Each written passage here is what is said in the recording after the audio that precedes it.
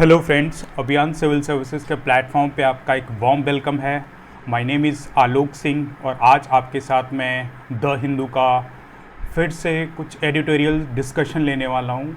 आज जो है हम दो आर्टिकल पर डिस्कस करेंगे। हमारा पहला जो टॉपिक है on reservation for economic weaker section, a test for law and justice. जैसा कि आप जानते हो कि गवर्नमेंट 103rd कॉन्स्टिट्यूशनल अमेंडमेंट लेके आई थी, जिसमें जो है 10% ऑफ द सीट्स जो हैं इकोनॉमिकली वीकर सेक्शन के लिए रिज़र्व किया गया था। लेकिन पिटिशनर्स ने जो है इस अमेंडमेंट को चैलेंज किया है कि ये अनकॉन्स्टिट्यूशनल हैं। इसलिए जो है इस मैटर पे सुप्रीम कोर्ट में डिस्कशन चल रहा है और सुप्रीम कोर्ट ने अभी अपना डिसीजन जो है इस पर रिज़र्व करके रखा हुआ है। तो क्या आर्ग्यूमेंट्स और क्यों इसको अनकॉन्स्टिट्यूशनल डिक्लेयर किया गया, हम इस आर्टिकल में डिस्कस करेंगे। ये आर्टिकल जो है आपके जीएस पेपर 2 के सिलेबस के हिसाब से क्वाइट इम्पॉर्टेंट है। दूसरा आर्टिकल जो है एक टिपिकल आईआर का टॉपिक है, जो कि इंडिया नेपाल टाइज पे है। और रीसेंट आपने देखा होगा कि पिछले कुछ सालों से नेपाल और इंडिया के रिलेशन जो है काफ़ी अप एंड डाउन रहे हैं, लेकिन उनमें कुछ सिल्वर लाइनिंग्स जो है हाइड्रो पावर के फॉर्म में आई हैं, जो कि एक इंडिया और नेपाल के रिलेशन को काफ़ी बूस्टअप कर रही है। तो इन दो आर्टिकल्स को आज हम डिस्कस करेंगे। तो लेट्स बिगिन। हमारा सबसे पहला टॉपिक जो है रिजर्वेशन से रिलेटेड है। तो उससे पहले मैं आप एक टॉपिक का डिस्कस करूँ, एक बीफ बैकग्राउंड आपको एक्सप्लेन करता हूँ कि इंडियन सोसाइटी का जब ओरिजिन हुआ तो इंडियन सोसाइटी जो है राइट फ्रॉम ऋग वैदिक पीरियड वर्ना सिस्टम में क्लासीफाइड थे, जिसमें टॉप पे जो ब्राह्मण, क्षत्रिय, वैश्य और शूद्र जो है इनका क्लासिफिकेशन होने लगा था। ये जो वर्ना सिस्टम है it was based on profession. जो भी इंडिविजुअल जो प्रोफेशन फॉलो अप करते थे उस क्लासिफिकेशन में उनको रखा जाता था। लेकिन जब letter period of the time देखा जाता है, ये जो क्लासिफिकेशन है वो रिजिड हो जाती है और ये काइंड ऑफ हेरिडेटरी हो जाती है। अर्लियर क्या होता था कि एक ही फैमिली से दो प्रोफेशन के इंडिविजुअल्स, यानी कि अगर फादर मान लो एक स्मिथ है, सुनार है, तो उसका बेटा जो है आर्मी में हो सकता था। लेकिन लेटर जो है कास्ट बेस्ड आइडेंटिटी पे जो है पूरी ये हेरिडेटरी क्लासिफिकेशन हो गया कि अगर आप किसी पर्टिकुलर कास्ट से बिलोंग करते हो तो आप उसी में रहोगे। फर्दर जब हम मेडिवल हिस्ट्री में आते हैं तो उस पर कास्ट का उतना रोल ना होके रेदर देन रिलीजियस क्लासिफिकेशन था इस्लामिक और हिंदुइज़्म के बीच में। लेकिन जब मॉडर्न इंडिया में हम आते हैं, उस समय ब्रिटिशर्स का राज इंडिया में हुआ करता था और ब्रिटिशर्स ने हर एक पॉसिबल इनिशिएटिव लिया डिवाइड एंड रूल करने के लिए, और कास्ट और रिलीजियस पर्सपेक्टिव भी उनके लिए एक बहुत बड़ा एसेट और टूल था कि वो इंडिया में divide and rule play up कर सके। उसका सबसे बड़ा एग्जांपल जो गवर्नमेंट ऑफ इंडिया एक्ट 1909 आता है, तो एक सेपरेट इलेक्टोरेट का प्रोविजंस वो रखते हैं जिसमें मुस्लिम्स को सेपरेट इलेक्टोरेट दिया जाता है। फर्दर जब गवर्नमेंट ऑफ इंडिया 1919 एक्ट आता है, तो ये सेपरेट इलेक्टोरेट का प्रोविजन जो है बियॉन्ड मुस्लिम्स जो है क्रिश्चियंस में, सिख्स में और एंग्लो इंडियंस में भी लेके आते हैं। इनकी बात यहीं तक नहीं रुकती। 1932 में आप देखते हो कि गांधी और BR अम्बेडकर के बीच में एक सीड ऑफ डिस्कॉर्ड आता है, जिसमें कि ब्रिटिशर्स फर्दर जो है उस समय के जो ब्रिटिश एक ऑफिशियल थे मैकडोनल्ड, उन्होंने जो है एक separate electorate for schedule caste, मतलब other caste of the Hinduism का जो है उसके लिए एक प्रोविज़न रखा, जिसके अगेंस्ट में गांधी थे कि ये शेड्यूल कास्ट की पॉपुलेशन को हिंदू से ऑफ टोटल एकदम अलग कर देगी। और उस प्रोविज़न को जो है मीट आउट करने के लिए रिजर्वेशन, मतलब हिंदू कम्युनिटी में ही शेड्यूल कास्ट को जो है रिजर्वेशन, कुछ सीट्स रिजर्व रखने का जो है प्रोविज़न रखा गया, जिसमें हम हिस्ट्री में पढ़ते हैं पूना पैक्ट बिटवीन गांधी और BR अम्बेडकर के बीच में ये पैक्ट हुआ था। तो ये तो सारी बैकग्राउंडर जो है हमारी रिजर्वेशन से रिलेटेड एक एक्सप्लेनेशन है। Let me erase this. उसके बिसाइड्स इंडिया जो है धीरे धीरे अपनी इंडिपेंडेंस की तरफ बढ़ती है और 1947 में हम ब्रिटिशर्स से अपने आप को टोटली फ्री अप करते हो पाते हैं। 1946 में जो है कॉन्स्टिट्यूएंट असेंबली का इस्टेब्लिशमेंट होता है, जिसमें हमारी कॉन्स्टिट्यूशन को फ्रेम किया जाता है, और उस असेंबली में एक बहुत लंबा चौड़ा डिस्कशन रिजर्वेशन के लिए होता है कि रिजर्वेशन का कंसेप्ट लेके आना चाहिए। और हम फर्दर जो है एक रिजर्वेशन को एक कॉन्स्टिट्यूशनल मैंडेट देते हैं, जिसमें आर्टिकल 15 और आर्टिकल 16 में जो है SC/STs को जो है reservation on basis of social and educational backwardness के बेसिस पे जो है रिजर्वेशन दिया जाता है। फर्दर जो है मंडल कमीशन का एस्टैब्लिशमेंट 1980s 90s में होता है, और OBC का भी रिजर्वेशन होता है, लेकिन इसमें क्रीमी नॉन क्रीमी लेयर होते हैं, यानी कि OBC की जो कम्युनिटी होती है इनको दो ग्रुपों में बांटा जाता है। जो क्रीमी लेयर हैं, यानी कि जिनकी इनकम एक सर्टेन लेवल से ज़्यादा है, उनको रिजर्वेशन के एम्बिट से बाहर रखा जाता है, और जो नॉन क्रीमी लेयर्स हैं उनको जो है रिजर्वेशन का बेनिफिट दिया जाता है। तो अब टिल नाउ जो है SC/STs और OBCs को ये रिजर्वेशन दिया जाता था, पर रिसेंट जब NDA की गवर्नमेंट आई तो उसने जो है एक सर्टेन सेक्शन ऑफ जो कम्युनिटी है जो कि इकोनॉमिकली वीकर है पर आइदर ऑफ दीज कम्युनिटी में नहीं बिलोंग करती है, उनको जो है 10% रिजर्वेशन देने का डिटर्मिनेशन लिया, और उसके बिहाफ पे जो 103rd कॉन्स्टिट्यूशनल अमेंडमेंट लेके आई। लेकिन कुछ पिटिशनर्स जो है पिटिशनर्स ने इस कॉन्स्टिट्यूशनल अमेंडमेंट को जो है चैलेंज किया है, और ये बोला है कि it is against the basic premise of the constitution, क्योंकि इस अमेंडमेंट का जो बेसिक क्राइटेरिया जिस बिहाफ पे इसको लाया गया है वो कि है इकोनॉमिक स्टेटस, और कॉन्स्टिट्यूशन में कहीं भी जो है इकोनॉमिक स्टेटस को ऐसा क्राइटेरिया नहीं माना गया है जिसके बिहाफ पे आप रिजर्वेशन दे सकें, राइट। तो ये सारा कुछ एक ब्रीफ बैकग्राउंड इन्फॉर्मेशन है। अब एक रिजर्वेशन का बेसिक डेफिनेशन आप देख लो कि रिजर्वेशन होता क्या है। Reservation is a system of affirmative action, एक पॉजिटिव एक्शन है in India that provides historically disadvantaged group representation in education, employment, government schemes, health insurance, banking, foreign higher education and scholarship and politics। तो reservation एक affirmative action है जो disadvantage groups of the Indian society हैं उनके लिए ये provisions बनाया गया है ताकि उनका सोशल अपलिफ्टमेंट हो सके और वो जो है सोसाइटी के मेन स्ट्रीम डेवलपमेंट का हिस्सा हो सके। अब रिजर्वेशन एक ऐसा टॉपिक रहा है जो बहुत ही मैटर ऑफ डिस्कशन रहा है, उसके अपने सबके अपने इंडिविजुअलिस्टिक व्यूज़ रहे हैं कि इट हैज़ बिन राइट और रॉन्ग। उसी के बिहाफ पे एक सोशियोलॉजिस्ट थिंकर हैं गैल ऑम्वेट, उन्होंने एक ब्रीफिंग दी है कि that the whole history of the struggle for reservation has also been a debate about its very meaning and purpose. तो पूरी हिस्ट्री जो है एक स्ट्रगल रही है रिजर्वेशन को डिफाइन करने के लिए कि उसका मीनिंग क्या होगा और पर्पस क्या होगा। तो एक रिजर्वेशन बहुत ही डाइसी टॉपिक है जिस पे फर्दर डिस्कशन और सीरीज ऑफ रिफॉर्म की नेसेसिटी है। उसके बिसाइड जो है इन तीन डायग्राम से आप फोकस करो कि रिजर्वेशन का इंटेंट और जस्टिफिकेशन कैसा होना चाहिए। सबसे पहला है इक्वालिटी, दूसरा है इक्विटी और एक कास्ट बेस्ड रिजर्वेशन जो इंडिया में फॉलो हो। इन तीन टर्मिनोलॉजीज़ को समझना ज़रूरी, ऑल्दो एडिटोरियल में ये मेंशन नहीं है पर आपकी अंडरस्टैंडिंग के लिए क्वाइट नीडेड और नेसेसरी है। इक्वालिटी का कंसेप्ट क्या होता है? डिस्पाइट ऑफ द बैकग्राउंड या इंडिविजुअल कितना भी कैपेबल हो, सबको जो है इक्वलेंट लेवल, आप ये रूल्स देख रहे हो, एक मेटाफोरिक रेफरेंस है, गवर्नमेंट इक्वली असिस्ट करता है कि सोसाइटी में इक्वलिटी आ सके।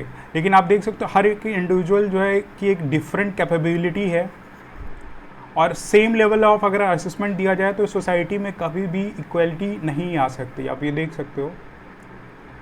फर्दर कंसेप्ट इक्विटी है कि आदमी की जो है बैकग्राउंड में उसकी एडवर्सिटी या उसकी जो अपनी कैपेबिलिटीज उसके मद्देनज़र देते हुए अगर गवर्नमेंट असेसमेंट देने लग जाए, यानी कि जो लीस्ट प्रिविलेज उसको अगर मैक्सिमम असेसमेंट दिया जाए तो शायद सोसाइटी में इक्विटी जनरेट हो सकती है। लेकिन इंडिया में जो कास्ट बेस्ड रिजर्वेशन है काफ़ी मैटर ऑफ डिबेट है। अब उसमें आप देख लो कि डिस्पाइट जो है बैकग्राउंड जो भी रिजर्वेशन का कंसेप्ट दिया गया, अब मान लो ये SCs हैं, both the individuals they are SCs, और इन दोनों को जो है इक्वलेंट असेसमेंट गवर्नमेंट दे रही है, पर this individual is far more privileged than this. हो सकता है ये OBC हो या SC हो, जो भी हो, इनकी प्रिविलेज ज़्यादा हो, इकोनॉमिकली मोर बेटर हो, इनके फादर मान लो सिविल सर्विसेज में रहे, ग्रैंडफादर साइंटिस्ट में रहे, बिसाइड्स दैट इनको जो है रिजर्वेशन दिया जा रहा है, तो फार मोर प्रिविलेज हैं रेदर देन सेम कम्युनिटी का जो इंडिविजुअल है जिसको सेम अमाउंट ऑफ रिजर्वेशन दिया जा रहा है वो उतना प्रिविलेज नहीं है। तो दोनों को जो इक्वलेंट अमाउंट ऑफ रिजर्वेशन है that won't do the justice. अब माइनॉरिटी रिजर्वेशन में ही देख लो, मुस्लिम्स को रिजर्वेशन दिया जाता है, लेकिन मुस्लिम्स में भी कुछ कम्युनिटीज़ ऐसी हैं जो फार प्रिविलेज और कुछ ऐसी हैं जो इस रिजर्वेशन का बेनिफिट नहीं ले पाती हैं। तो एक आइडिया दिया गया था कि रिजर्वेशन विद इन रिजर्वेशन, यानी कि माइनॉरिटी ग्रुप में भी सर्टेन मुस्लिम पॉपुलेशन को जो रिजर्व किया जा सके ताकि अदर जो है community of the Islamic population है उनके बराबर ये आ सके। तो ये सारा कुछ डिबेट है आपको जो रिजर्वेशन के अराउंड पे। रिजर्वेशन का जो आइडिया है हिस्टोरिकली काफ़ी लंबे से टाइम से चला आ रहा है। सिर्फ इंडिपेंडेंट इंडिया में नहीं, प्रिंसली स्टेट्स में भी ये देखा गया है कि जो सर्टेन इम्पॉर्टेंट पोर्टफोलियोज़ और इम्पॉर्टेंट ऑफिसेस हैं वो एक पर्टिकुलर क्लास, एक हायर क्लास के ही फेवर में हैं। तो कुछ ऐसी प्रिंसली स्टेट थी जिसमें one of the princely state था प्रिंसली स्टेट ऑफ मैसूर, जिन्होंने एक रिजर्वेशन का कंसेप्ट लेके आया कि बैकवर्ड क्लास के रिप्रेजेंटेशन को हम बढ़ाएंगे ताकि उनका लार्जर शेयर इन एडमिनिस्ट्रेशन हो सकेगा, राइट। तो कुछ ऐसे एफर्ट्स हिस्टोरिकली भी prior to independence of India लिए गए हैं, but by the time the constitution की फ्रेमिंग हो रही थी तो the rational for reservation had broadened, मतलब जो जस्टिफिकेशन था ये था कि रिजर्वेशन को प्रमोट किया जाए और सोसाइटी में क्वाइट विजिबल डाटा अवेलेबल हो गए थे कि जो भी जॉब्स या जो भी सिनेरियोज है हायर कास्ट के फेवर में है, रेदर इसको डिसमेंटल करने के लिए एक रिजर्वेशन को देना बहुत ही ज़रूरी है। तो जो कॉन्स्टिट्यूशनल फ्रेमर्स थे they saw the major as a promise against the prejudice, as a tool to assimilate deprived youth into the public life and as a mean of reparation to compensate persons belonging to this group from reprehensible act of discrimination। तो constitution framers ने देखा कि जो lower caste of the society हैं, जो lower caste से belong करते हैं, उनके साथ में थाउजेंड ऑफ ईयर्स से जो है एट्रॉसिटीज़ होती आ रही है। तो एक सोसाइटी का ऑब्लिगेशन बनता है कि जो भी उनके अगेंस्ट में प्रेजुडिस्ड हुए हैं, मतलब जो भी इंडिफरेंट हमारा एटीट्यूड रहा है, उनको जो रिपरेशन दिया जाए। रिपरेशन वो होता है किसी के अगेंस्ट में आप एडवर्सिटी कर रहे हो, वॉर कर रहे हो किसी पे इम्पोज में, वहाँ लाइव्स डैमेज हो रही हैं, कल्चरल डैमेज और एक जनरेशनल डैमेज आप करते हो, तो उसकी भरपाई के लिए जो है आप सर्टेन उनको अपॉर्चुनिटीज़ देते हो जिसको रिपरेशन बोलते हैं against the reprehensional act of discrimination. जो भी डिस्क्रिमिनेशनल हुआ है उसको जो कॉन्स्टिट्यूशनल फ्रेमर्स ने बोला कि हम रिजर्वेशन के फॉर्म में ऐसा बेनिफिट जो है इन कास्ट ऑफ ग्रुप को दिया जाएगा। और एक थिंकर थे मार्क गैलेंटर, जिन्होंने रिजर्वेशन को बोला था ऐसे कंपनसेटरी डिस्क्रिमिनेशन। मतलब डिस्क्रिमिनेशन दो तरह के होते हैं, एक तो नेगेटिव डिस्क्रिमिनेशन किसी को पीछे कर देना, और एक होता है positive discrimination. Individual time and again हमेशा सप्रेस होता रहा है, उसकी अपलिफ्टमेंट के लिए जो है एक पॉजिटिव डिस्क्रिमिनेशन ज़्यादा ज़रूरी होता है ताकि वो सोसाइटी के इक्वलेंट हर लेवल पे compete कर सके। इसलिए रिजर्वेशन को उन्होंने जो है कंपनसेटरी डिस्क्रिमिनेशन प्रिंसिपल जो है जस्टिफाई किया था। नेक्स्ट जो इसी के बिहार पे मैंने डिस्कस किया कि गवर्नमेंट जो 103 कॉन्स्टिट्यूशनल अमेंडमेंट लेके आती है, जो कि आपकी आर्टिकल 15 और article 16 of the Indian constitution को अमेंड करता है। आर्टिकल 15 आपका जो है prohibition of discrimination on the basis of caste की सेक्ट एंड रिलीजन को जस्टिफाई करता है, लेकिन माइंड यू ये प्रोहिबिशन टर्म यूज़ किया गया है, लेकिन रिजर्वेशन को इसमें जस्टिफाई किया गया है एज अ पॉजिटिव डिस्क्रिमिनेशन ताकि सोसाइटी में इक्वलिटी आ सके। तो पॉजिटिव डिस्क्रिमिनेशन जो है जस्टिफाइड है। और नेक्स्ट आर्टिकल जो आर्टिकल 16 है वो equality of opportunities in matter of public employment. तो जनरल और जो रिजर्व जो भी lower caste of the population है वो सेम लेवल पे compete नहीं कर सकते, उनका एजुकेशनल इकोनॉमिक एजुकेशनल और social status quite a different historically रहा गया है। तो इसलिए इक्वलिटी लाने के लिए जो है रिजर्वेशन का कंसेप्ट बिल्डअप किया गया है। लेकिन गवर्नमेंट जो है जो 103rd कॉन्स्टिट्यूशनल अमेंडमेंट लेके आई वो इकोनॉमिकली वीकर सेक्शन के लिए लेके आई कि certain section of the population जो इकोनॉमिकली वीकर हैं उनके जो है एडवांसमेंट के लिए 10% ऑफ द रिजर्वेशन होना बहुत ज़रूरी। इसके लिए उन्होंने 10% ऑफ द टोटल सीट्स जो है रिजर्व कर दी। और इस पर क्राइटेरिया रखा गया है कि जो SC STs और OBCs हैं जो ऑलरेडी रिजर्वेशन स्कीम्स के एम्बिट में हैं वो इस 10% सीट्स के क्राइटेरिया में नहीं आएंगे, right. They are not eligible for the reservation under this quota. तो पिटिशनर ने चैलेंज किया कि the reservation based on individual economic status violates the constitution basic structure. मैंने पहले ही डिस्कस किया गया था कि कॉन्स्टिट्यूशनल फ्रेमर जो थे उन्होंने रिजर्वेशन का जो क्राइटेरिया है वो based on social plus educational backwardness के बिहाफ पे जो है रिजर्वेशन का आइडिया रखा था। कहीं भी इकोनॉमिक स्टेटस की बात नहीं की गई थी, लेकिन गवर्नमेंट जब ये रिजर्वेशन 103rd कॉन्स्टिट्यूशनल अमेंडमेंट जो है इकोनॉमिक स्टेटस के पर्सपेक्टिव से लेकर आई है, तो पिटिशनर चैलेंज किया है कि ये जो है अनकॉन्स्टिट्यूशनल और कॉन्स्टिट्यूशन के बेसिक स्ट्रक्चर को जो है नलीफाई करता है। That is the amendment destroys the constitution idea of equal opportunity. अब जो रिजर्वेशन था उसके फाउंडेशनल लॉजिक पे हम डिस्कस करते हैं। Despite the expanded jurisdiction, despite the expanded justification, the basic foundational logic for reservation were still predicated demand for a fair representation share in political administration. आपने देखा प्रिंसली स्टेट में already जो है provincial level पे जो है reservation की बात चल रही थी, लेकिन फर्दर जो है पॉलिटिकल एडमिनिस्ट्रेशन में जो है लोअर कास्ट की जो है पार्टिसिपेशन को प्रमोट करने के लिए रिजर्वेशन लाया गया। उसमें one of the founding member जो थे कॉन्स्टिट्यूशनल असेंबली के RM नलवाडेस, उन्होंने बोला था in constitutional assembly our experience in the provisions though there are provisions for reservation in the services is bitter. उन्होंने बोला कि ऑलरेडी जो है प्रोविंसेस में ऐसा रिजर्वेशन का कंसेप्ट है, पर जो एक्सपीरियंस है वो काफ़ी बेटर है, not a good native. Despite depress classes जो हैं लोअर कास्ट सोसाइटी एजुकेटेड और क्वालिफाइड है, फिर भी उन्हें जो है चांसेस ऑफ एम्प्लॉयमेंट यानी कि जॉब अपॉर्चुनिटीज़ नहीं मिल रही है। पर क्योंकि अब जो है कॉन्स्टिट्यूशन में रिजर्वेशन का ये मैंडेट लेके आ रहे हैं, तो हमें कोई भी डरने की ज़रूरत नहीं। There no fear requirement of fear for the schedule caste कि अब उनको जो है इन सारे पोस्ट से जो है दूर रखा जाएगा। According to this clause we can adequately represent in the provincial और सेंट्रल सर्विसेज। उन्होंने ये कहा कि हम सेंट्रल और प्रोविंशियल लेवल पे जो भी अब जॉब्स या एजुकेशनल अपॉर्चुनिटीज़ होंगी, अब क्योंकि कॉन्स्टिट्यूशनल मैंडेट करता है, तो SC STs को जो है इक्वलेंट अपॉर्चुनिटी मिलेंगी। The program of reservation was believe to end and at least some of the caste based domination of the jobs.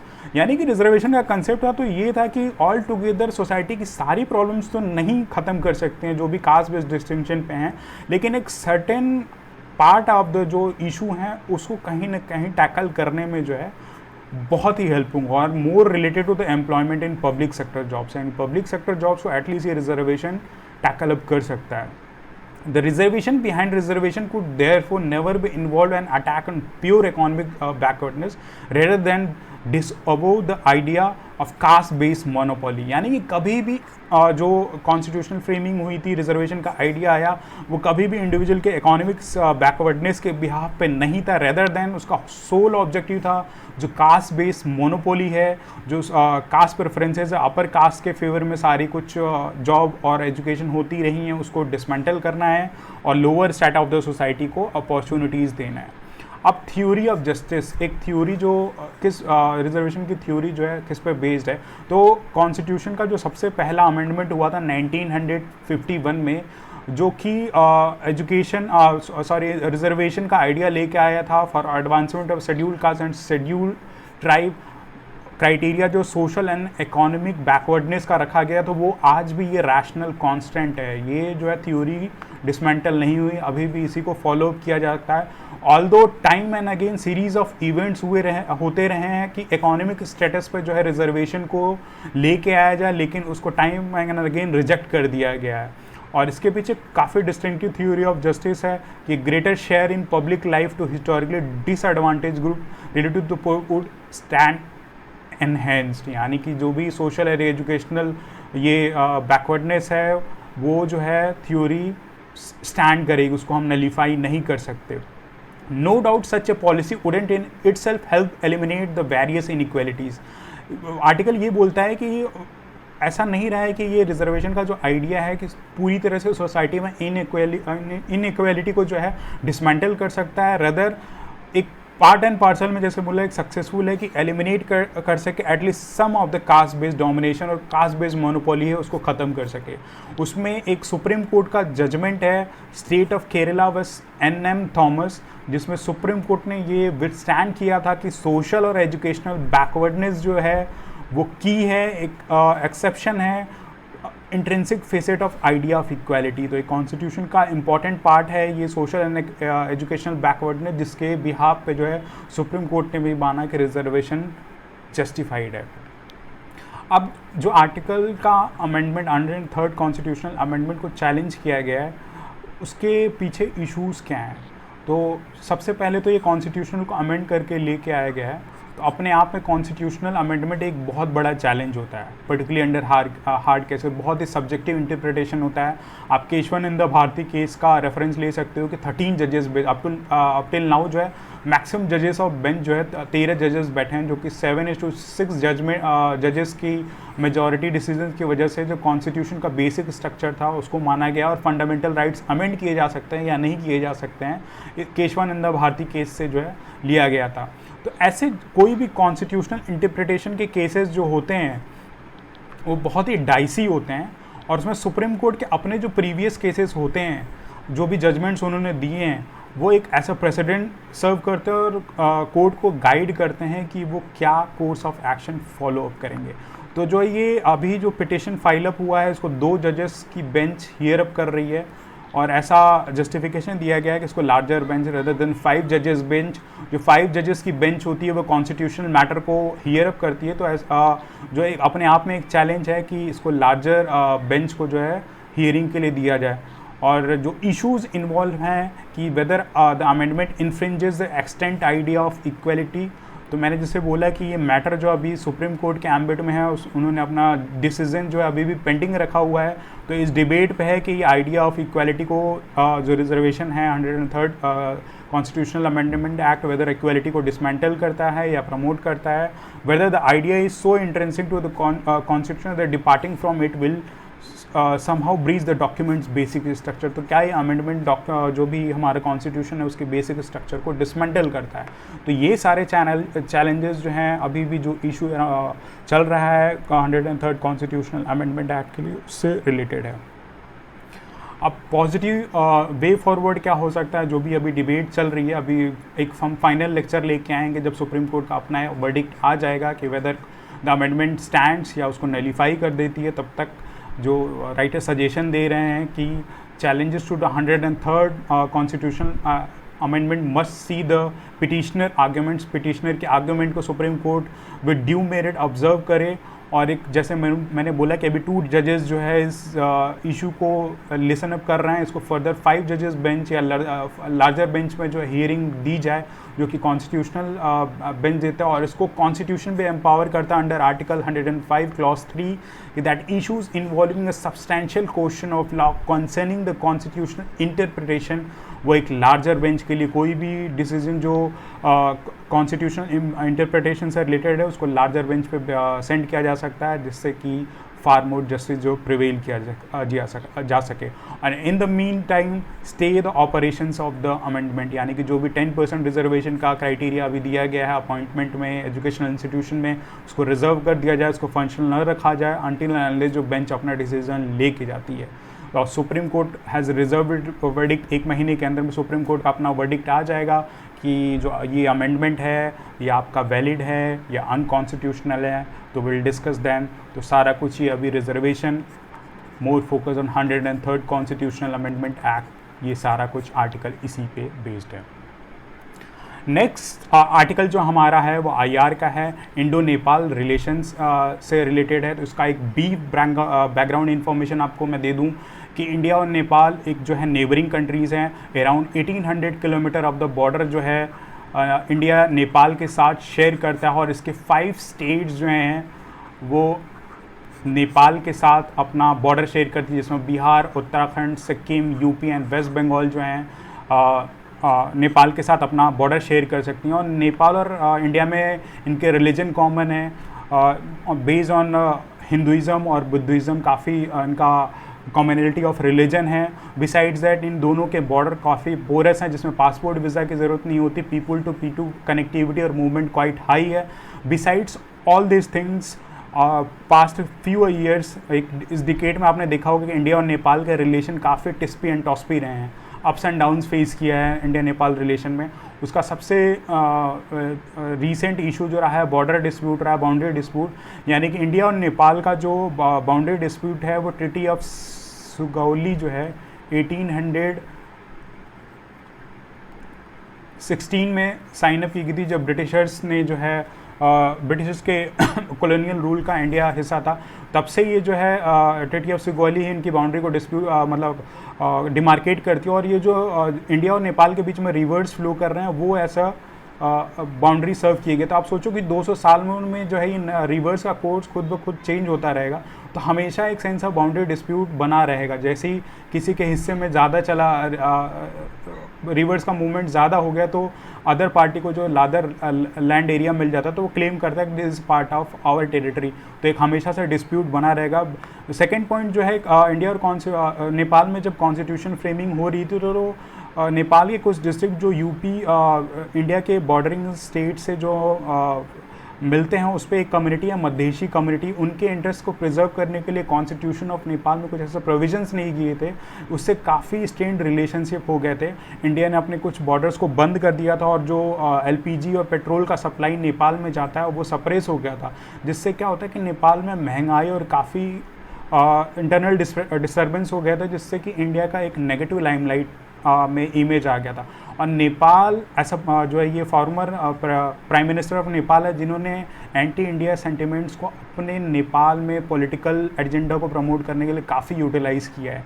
तो ये जो है पिछले कुछ सालों से इंडिया और नेपाल के बीच में काफ़ी एडवर्स रिलेशन रहे, लेकिन जो सिल्वर लाइनिंग है इंडिया और नेपाल के बीच में जो एनर्जाइज कर सकती है उनके रिलेशन को वो है हाइड्रो पावर कॉरपोरेशन। नेपाल एक हिमालयन स्टेट है, वहाँ रिवर्स फ्लो अप करती हैं तो उनका हाइड्रो पावर पोटेंशियल काफ़ी ज़्यादा है, लेकिन जो है up to the its maximum potential इनके हाइड्रो पावर एनर्जी को उतना हार्नेस नहीं किया जा सका है। तो एक बहुत ही बेटर अपॉर्चुनिटी इंडिया के लिए कि वो चाइना नेपाल को असिस्ट करे और नेपाल एक फ्लरिशिंग रिलेशन जो है दोनों कम्युनिटीज़ कंट्रीज़ के बीच में बिल्डअप हो सके। अभी आर्टिकल हम डिस्कस क्यों कर रहे हैं, न्यूज़ में क्यों रहा है, बिकॉज ऑन अगस्त 18, 2022 NHPC जो है national hydro electric power corporation of India जो है नेपाल के साथ एक MU साइन किया है, जो कि सेती रिवर वेस्ट सेती रिवर पे जो है 1200 मेगावाट का जो है एक पावर प्लांट लगाएंगे। आप ये देख सकते हो मैप में, दिस इज सेती रिवर जो कि फ्लो अप कर रही है, दिस इज़ करनाली रिवर। इस पे जो है NHPC जो है अपना कंस्ट्रक्शन करेगा हाइड्रो पावर प्लांट्स का जो है। और ये रिवर का जो ओरिजिनेशन जो होता है ट्राई जंक्शन यानी इंडिया, नेपाल और चाइना के ट्राई जंक्शन से शुरू होता है, और ये रिवर फ्लो अप होके जो है करनाली रिवर, जो कि माइंड यू नेपाल की सबसे लॉन्गेस्ट रिवर है, नेपाल से लॉन्गेस्ट रिवर है करनाली रिवर, जिसको जो है घाघरा रिवर भी माना जाता है। इस पे जो है हाइड्रो पावर प्लांट जो है बनाने का डिस्कशन किया जा सकता है, किया जा रहा है, and the project is initiated.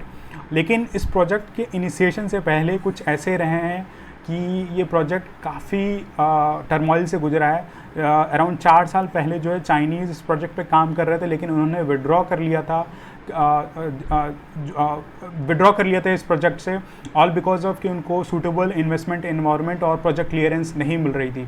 तो नेपाल काफ़ी हेल्पलेस फील कर रहा था, फिर उन्होंने इंडिया से असिस्टेंट मांगी और इस हाइड्रो पावर प्लांट को इस्टेब्लिश करने में जो है असिस्टेंट के लिए हेल्प जो भी हेल्प मांगा उन्होंने। तो ये प्रोजेक्ट जो है आपका इन नज़रिए पे हम देखेंगे कि क्या ये जो डिसीज़न है वो इंडिया और नेपाल के पर्सपेक्टिव से कैसा रहेगा, इंडिया और नेपाल के अपने शेयर्ड कंसर्न्स और कॉमन इंटरेस्ट इस प्रोजेक्ट से रिलेटेड क्या है और क्या ऑप्शंस एंड अल्टरनेटिव्स अवेलेबल हैं। ये सारा कुछ जो है सेती रिवर के बारे में आपको मैप में मैंने डिस्कस कर लिया है। तो जैसा कि मैंने बताया कि प्रोजेक्ट जो है काफ़ी हर्डल से गुजरा है। 750 मेगावाट ऑफ सेती हाइड्रो इलेक्ट्रिक वॉज थॉट 1980 से जो है इसका प्रोजेक्ट का जो है को बनाने की बात चली आ रही है, जिसमें फ्रांस के साथ जो इन्होंने नेपाल ने कोलैबोरेट किया था कि 37 megawatt of run of the river scheme जो बनाई जाएगी। तो फ्रांस की एक कंपनी थी सॉग्रिया, उसने जो है एक प्री फीजिबिलिटी रिपोर्ट बनाई कि विदाउट डैम कंस्ट्रक्शन हम इसको बना सकते हैं, लेकिन फिर ऐसा ही हुआ कि फ्रांस भी इस प्रोजेक्ट से विड्रॉ कर जाती है क्योंकि उसको इन्वेस्टमेंट का उतना पैसा नहीं मिल रहा है, एनवायरमेंट क्लियरेंस और रिहेबिलिटेशन में काफ़ी दिक्कत हो रही थी। तो ये प्रोजेक्ट फर्दर जो है ऑस्ट्रेलिया की कंपनी जो है SMCC उसको चला जाता है 1990 इसमें, जिसमें वो मेजॉरिटी स्टेक जो है इस प्रोजेक्ट में हेल्डअप करती है। लेकिन फिर वही प्रोजेक्ट में जो है इन्वेस्टमेंट डिले, एनवायरमेंटल इश्यूज़ का क्लियरेंस नहीं मिल पाता है। फिर आते हैं हमारे चाइनीज़, कहीं भी अपॉर्चुनिटीज़ हो इनको जो है ये लूज़ नहीं करते। और ये प्रोजेक्ट जो सेती रिवर पे जो प्रोजेक्ट है वो चाइना के लार्जर ऑब्जेक्टिव को भी मीट करता है। उसके बेल्ट एंड रोड इनिशिएटिव का भी एक इम्पॉर्टेंट एस्पेक्ट रहा है, इसलिए चाइनीज़ इंटरवीन करते हैं और चाइनीज़ की कंपनीज 2009 में आती हैं अलॉन्ग विद SMCC, ऑस्ट्रेलिया की मेजॉरिटी स्टेक होल्डर इनके साथ मिल के जो है प्रोजेक्ट पे काम करने का डिसीजन लेती है। बट लेटर जो चाइनीज़ कंपनी जो फिर से विड्रॉ कर जाती है all because of poor investment. तो एक काफ़ी जो है रोलर कोस्टर इस प्रोजेक्ट पे चल रहा है, कहीं भी कुछ बेनिफिशियल वो नहीं हो पा रहा है।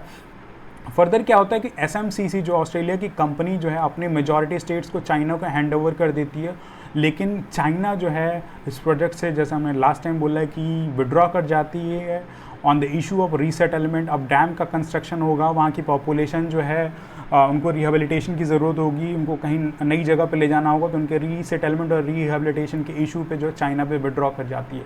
एंड में थक हार के नेपाल ने जो है इस प्रोजेक्ट पे जो है रिवॉक कर देता है सबके लाइसेंसेस और ये सोचता है कि इंडिविजुअली जो है इस प्रोजेक्ट को कर पाएंगे, लेकिन all because of lack of funds और टेक्नोलॉजी जो है नेपाल पे नहीं कर पाता है। तो एंड में जो है वो इंडिया की तरफ इट मूव्स अप कि इंडिया हमारी हेल्प करेगा और इंडिया के साथ नेगोशिएट करेगा कि आप जो है इस प्रोजेक्ट पे काम कीजिए। अब इस प्रोजेक्ट का पोटेंशियल क्या है, क्या प्रॉमिसिंग इनिशिएटिव देता है? Decision to involve India is a sign that Nepal is reposing faith in India। आप देख सकते हो कि प्रोजेक्ट इतनी सारी कंट्रीज़ को देने के बाद एंड में इंडिया के हाथ में जाता है, तो नेपाल का कितना फेथ है इंडिया में कि इसके हाइड्रो पावर पोटेंशियल को जो है कॉर्पोरेशन के लिए नेपाल इंडिया से असेसमेंट मांगता है। तो इंडियन कंपनी जो है NHPC जो है नेशनल हाइड्रो पावर कॉर्पोरेशन जो है एक प्रिलिमिनरी एंगेजमेंट कर चुकी है अभी तक, और इस पर जो 18,000 करोड़ का इन्वेस्टमेंट प्लान हो चुका है कि सेती रिवर पे जो है प्रोजेक्ट गो अहेड होगा। और साथ में ही NHPC ने एक memorandum of understanding power trading corporation limited से साइन अप की है कि अब जो NHPC जो क्या है वो पावर को प्रोड्यूस करेगी, लेकिन इसका डिस्ट्रीब्यूशन जो है डिस्ट्रीब्यूशन कंपनीज कोई और होती हैं। तो इस केस में जो है इन्होंने जो है इस पावर ट्रेडिंग कॉर्पोरेशन से जो MU साइन किया है ताकि जो पावर का जनरेशन होता है उसकी सेल जो है इंडिया और नेपाल में जो है पावर ट्रेडिंग कॉर्पोरेशन लिमिटेड कर सके। बिसाइड्स इस स्कीम के जो है इंडिया ऑलरेडी कुछ ट्रीटीज़ पे जो है प्रोजेक्ट्स पे नेपाल में काम कर रहा है, जिसमें महाकाली ट्रीटी जो है 6,480 megawatts river project hydro power project पे काम कर रही है। अपर करनाली प्रोजेक्ट, जैसे मैंने बताया, करनाली जो है नेपाल की लॉन्गेस्ट रिवर है, इस प्रोजेक्ट पे भी इंडिया काम कर रही है। और अरुणा नदी पे जो अराउंड 3 प्रोजेक्ट जो है उस पर भी इंडिया नेपाल के साथ कोऑपरेट करके हाइड्रो पावर प्रोजेक्ट्स बना रही है। तो आप देख सकते हो कि कितने सारे प्रोजेक्ट्स में इंडिया जो है नेपाल को असिस्ट कर रही है, और इसीलिए जो है नेपाल का फेथ जो है इंडिया में क्वाइट मोर है। अब इस प्रोजेक्ट की सिल्वर लाइनिंग क्या है? इतनी सारी कंट्रीज़ के साथ, चाइना के साथ मोर पर्टिकुलरली इनके हाथ में जाने के बाद फिर इंडिया के पास आता है, तो सिल्वर लाइनिंग क्या है कि सबसे पहले तो ये चाइना के जियोपॉलिटिकल इन्फ्लुएंस को एशियन रीजन में मोर पर्टिकुलरली इंडिया के नेबरिंग कंट्रीज़ में कम करता है। मैंने इनिशियली ही डिस्कस किया था कि ये प्रोजेक्ट जो था चाइना के ambitious plan belt and road initiative का हिस्सा था, तो अगर ये चाइना के हाथ से निकल जाता है तो इंडिया के लिए एक बहुत ही अच्छी खबर है। फर्दर जो नेपाल के उस टाइम के PM थे, उन्होंने इस प्रोजेक्ट के बिहाफ पे एक स्टेटमेंट दिया था जो कि काफ़ी कुछ सिग्निफाई करता है। वो बोलते थे कि we fail to invest in this project since India is reluctant to purchase energy produce by the Chinese companies in Nepal and we will talk with the Indian PM for engagement of Indian developers. उनका कहना था कि ये project take off इसलिए नहीं हो पाया कि इंडिया रिलेक्टेंट थी कि अगर चाइनीज़ कंपनी नेपाल में आके अपना हाइड्रो पावर जनरेट करती हैं तो इंडिया जो है उनसे जो है इलेक्ट्रिसिटी नहीं खरीदेगा, और इसलिए जो है ये प्रोजेक्ट टेक ऑफ नहीं हो पाया। तो इसलिए हम जो इंडियन PM है नरेंद्र मोदी, उनके साथ डिस्कस करेंगे कि प्लीज़ आप इस प्रोजेक्ट पर काम कीजिए और आप ही इस प्रोजेक्ट को डेवलप कीजिए। अब इस प्रोजेक्ट का जो है बेनिफिशियल पर्सपेक्टिव क्या है कि ये क्रॉस बॉर्डर पावर एक्सचेंज को प्रमोट करेगा।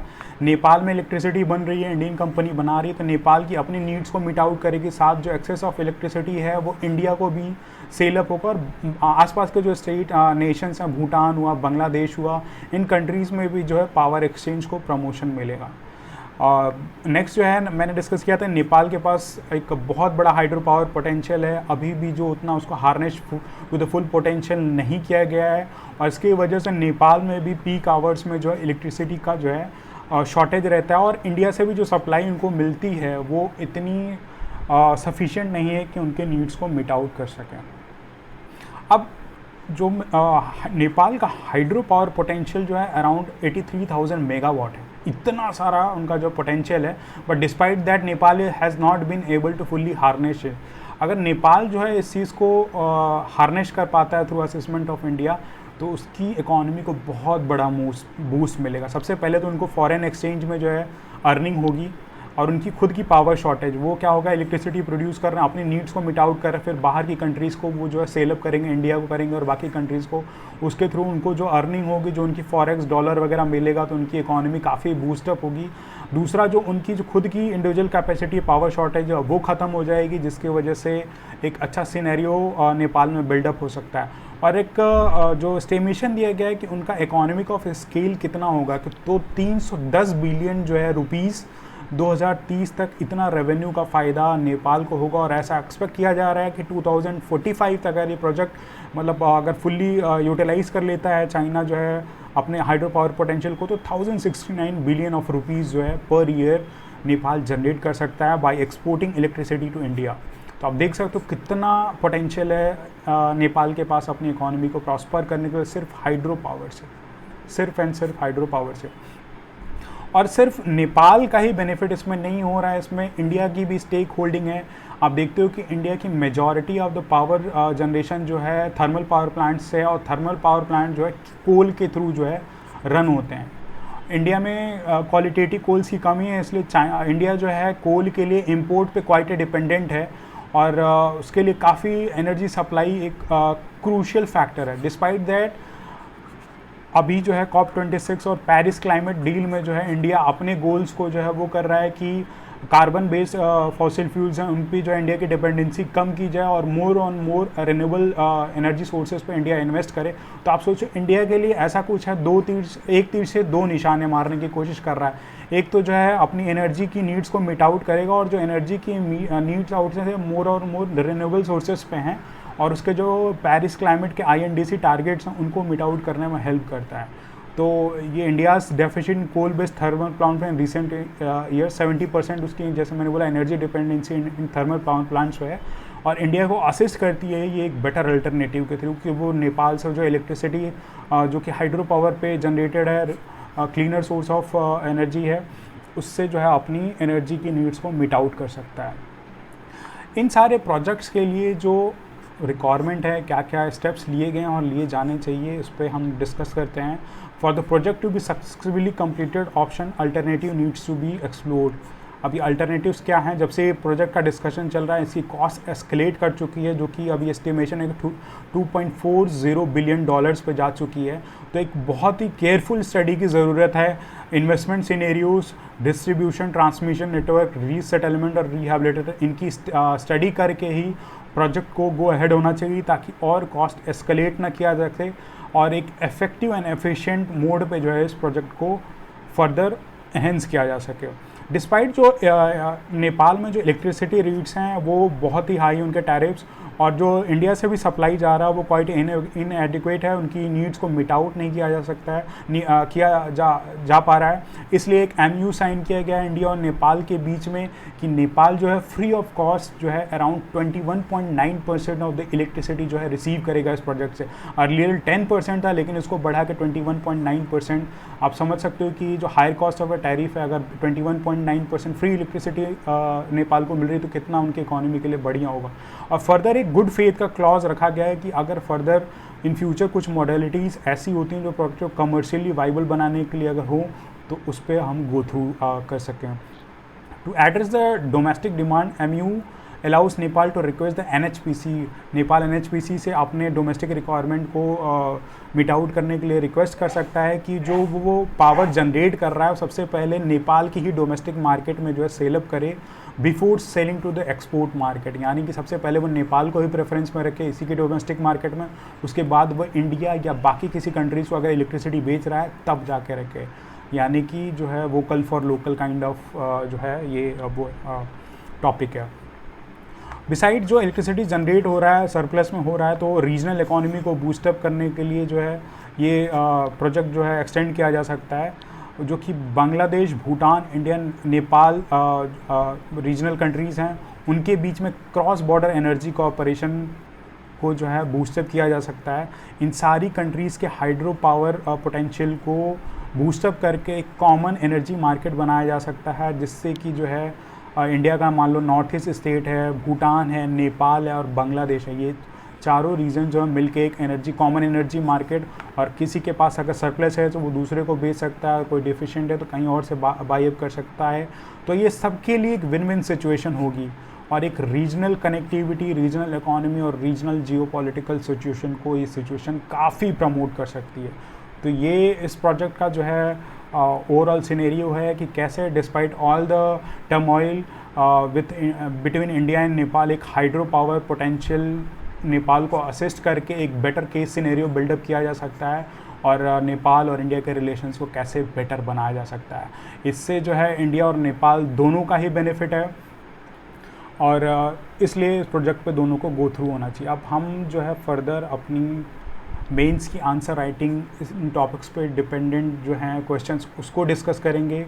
आपको मैं ये टॉपिक्स हर दिन 2 क्वेश्चन अराउंड दे रहा हूँ ताकि आप अपनी आंसर की प्रैक्टिस कर सकें और हम अपने वीडियो सीरीज़ में इन लेक्चर्स को डाल सकेंगे और आपको बता सकेंगे कि आप एक प्रॉपर मॉडल आंसर की फ्रेमिंग कैसे कर सकें। तो पहला क्वेश्चन है, reservation was envisaged for welfarism but of a recent it has become more of a populism, critically analyse. तो रिजर्वेशन पे आपको ये आंसर राइटिंग करनी है अराउंड 200 वर्ड्स।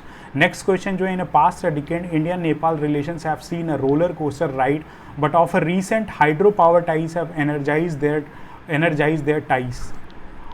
तो कमेंट कीजिए इस पर 200 वर्ड में इन दोनों क्वेश्चन की आंसर राइटिंग प्रैक्टिस कीजिए और हमारे अभियान सिविल सर्विसेज के व्हाट्सएप ग्रुप पे या ऐप पे या फिर यूट्यूब के कमेंट सेक्शन पे आप हमें इस आंसर को रिप्रेजेंट कीजिए और we will see how you are going.